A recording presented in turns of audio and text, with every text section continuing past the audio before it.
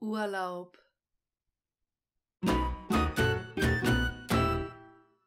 Hallo liebe Zuschauer und herzlich willkommen auf meinem Kanal. Ich bin eure Deutschlehrerin Julia und im heutigen Video lernt ihr wichtige Vokabeln zum Thema Urlaub. In meinen Vokabelvideos lernt ihr die 4000 wichtigsten deutschen Wörter. Damit könnt ihr 95% unserer Alltagssprache verstehen.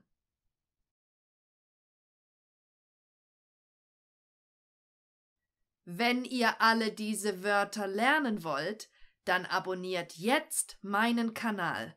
Dann verpasst ihr keine Videos mehr. Lehnt euch jetzt am besten zurück und hört einfach nur gut zu. Der erste Teil des Videos ist der Grundwortschatz. Das ist das A-Niveau. Und der zweite Teil des Videos ist der Aufbauwortschatz. Das ist das B-Niveau. Am Ende des Videos bekommt ihr eine kleine Hausaufgabe, die ich für euch korrigiere.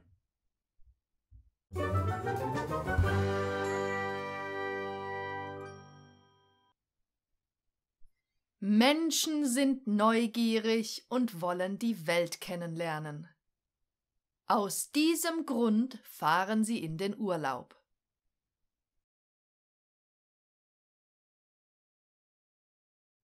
Wer einen schönen Urlaub verbringen möchte, der sollte sich einen guten Plan machen, bevor er seine Koffer packt.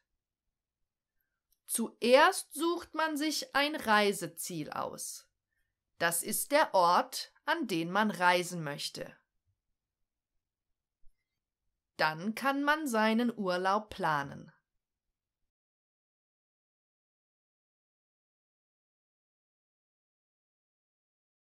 Wir schauen uns jetzt mal das Urlaubsziel Deutschland näher an.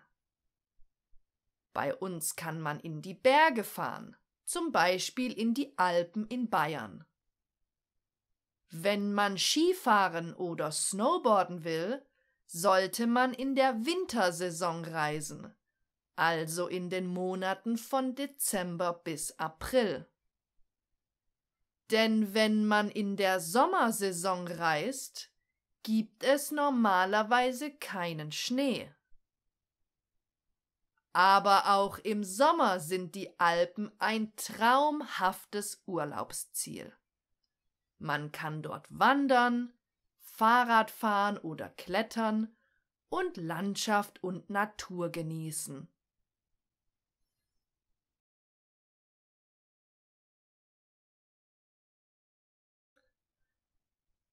In Deutschland gibt es aber noch mehr Tourismus, vor allem in Städten. Wer schon einmal in München war, der weiß, dass man von der Stadt eine wunderbare Aussicht auf die Alpen hat. Die Ansicht der Stadt mit den Bergen im Hintergrund ist ein echtes Erlebnis. Unsere Hauptstadt Berlin bietet Touristen ein großes Angebot an Sehenswürdigkeiten. Das Brandenburger Tor und der Reichstag sind nur 2 davon.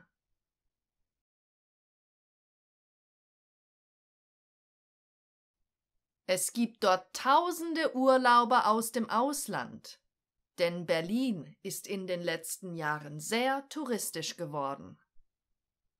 Das heißt, dass es dort immer mehr Tourismus gibt.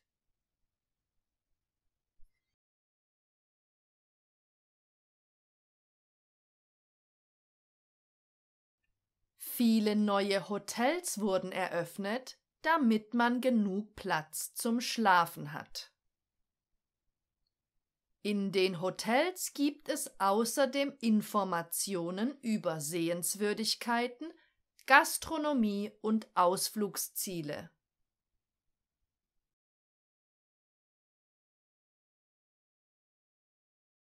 Als Tourist kann man viele verschiedene Ausflüge unternehmen.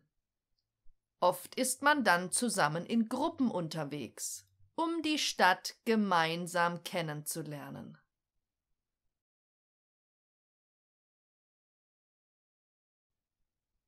Leider geht jeder Urlaub irgendwann vorbei.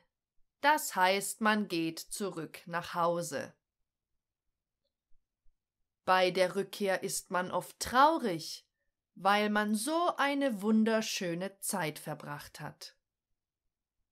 Viele sagen dann, dass sie nächstes Jahr auf jeden Fall zurückkommen.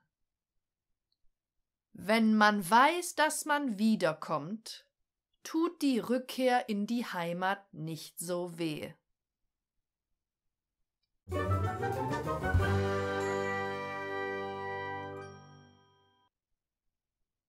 Viele Menschen beabsichtigen, in den Ferien in die Ferne zu fliegen. Das heißt, sie planen einen Urlaub weit weg von zu Hause. Sie entspannen am Strand, gehen segeln oder machen eine Tour mit dem Rucksack.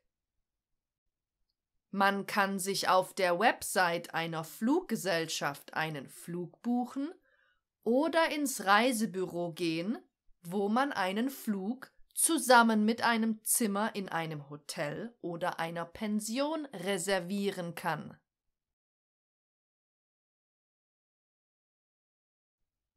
Solch ein Paket beinhaltet oft Frühstück oder Halbpension und viele bieten einen Transfer vom Flughafen an, der die Gäste in ihre Unterkunft bringt.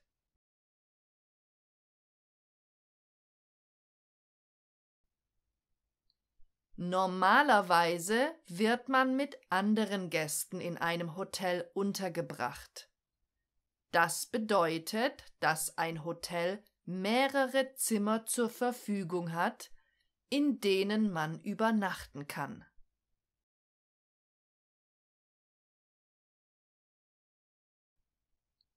Am Tag des Abflugs muss man gut aufpassen. Habe ich alles eingepackt? Reisepass, Geld, Flugticket. Ist mein Gepäck nicht zu schwer? Ein Koffer darf normalerweise nur 20 Kilo wiegen, sonst muss der Passagier Übergepäck bezahlen. Nach dem Check-in und der Passkontrolle kann man sich im Flugzeug entspannt zurücklehnen und die Vorfreude auf den Urlaub genießen. Der Aufenthalt an einem fremden Ort kann ein echtes Abenteuer sein. Zum Beispiel, wenn man einen Ausflug zu Machu Picchu nach Peru macht. Das ist eine alte Ruinenstadt in 2400 Metern Höhe. Der Aufstieg ist für den Körper sehr anstrengend. Und manche wollen aufgeben und zurückgehen, aber wenn man es geschafft hat und oben angekommen ist, dann kann man einen fantastischen Anblick genießen. Das bedeutet, dass man von oben eine tolle Aussicht hat. Viele planen ihre Ausflüge mit einem Reiseführer, da sie auf diese Weise immer auf dem richtigen Weg sind und zusätzliche Informationen bekommen. Er geht voran und zeigt den Teilnehmern die Sehenswürdigkeiten. Die Touristen schauen sich alles in Ruhe an und machen viele Fotos, die sie nach der Rückkehr in die Heimat ihren Liebsten zeigen können.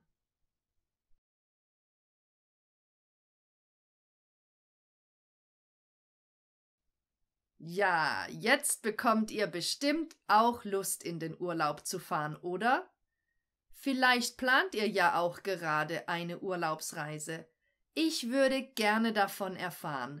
Schreibt mir in die Kommentare ein paar Sätze über euren Urlaub und ich korrigiere es für euch.